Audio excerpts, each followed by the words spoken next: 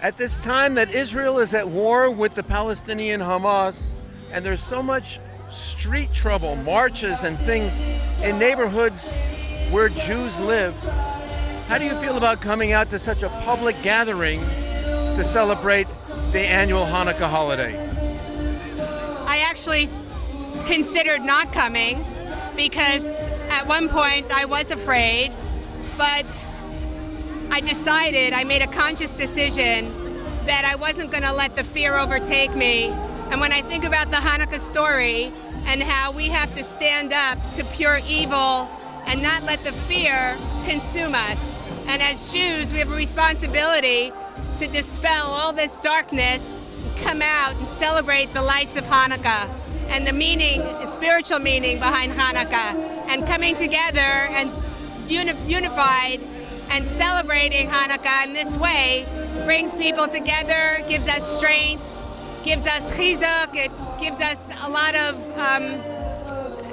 strength as a people. And it's very important that we continue to be strong, not just in numbers, but also in our privacy of our homes, in our Tehillim groups, and davening and our prayers, and doing all the things that we do, all the mitzvahs that we can do, because everything helps bring shalom and protection to the soldiers in Israel and to the Klal Yisrael as a people. So I made a conscious decision. I wasn't going to allow that fear to shut me in my home, and I was going to go out and celebrate. And that's why I came here tonight with my friend Debbie and other friends. The Israeli soldiers are now facing very difficult times. 9 were killed today in an ambush, for instance, and many people are calling, many leftist Jews are calling for a ceasefire. Leftists in general, but also the Muslims are calling for a ceasefire. What do you think about standing up against the calls for a ceasefire? You're asking the right person, because there is no ceasefire. We've been there, we've done that. And we're not going to do that now. This is not a time for ceasefire. They have our hostages. They've shown their face of how evil and barbaric these people are. We know what their agenda is. We know what their ultimate goal is. And there is no ceasefire. It's not in our vernacular, and we're not going to do it, and we should not do it. And I feel horrible that, it's horrific that we're losing our IDF soldiers, our heroes in Eretz Yisrael. Yes. But this is war.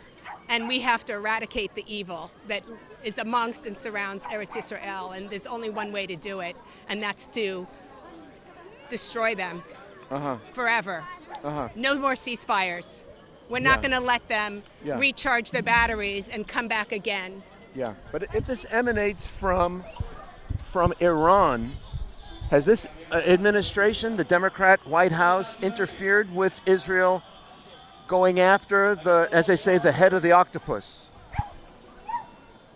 Look, they can sit in the White House and in Congress and try to dictate what Israel should be doing to protect its people and its soldiers and our civilians. And they don't have a right to do that and tell us what to do. Our lives and our communities and our children and our future's on the line. And we have to do what we have to do. They can't tell us we can or can't take care of our people and defend our country and our borders. But you're speaking as if you were an Israeli yourself, but aren't you an American first? I'm an American. I am American. I was born here in America. But no other country in the whole world would put up with not one drop of what Israel has had to deal with. There's double standards here. And it's not okay. Israel does not have to subject itself to their dictates and their whims, because their people's lives are on the line and our future's on the line. They could say whatever they want in Washington, but at the end of the day, Israel is its own entity, and we have to allow them to do what they must do to survive. Yeah. What do you think of Jewish continued support for this administration?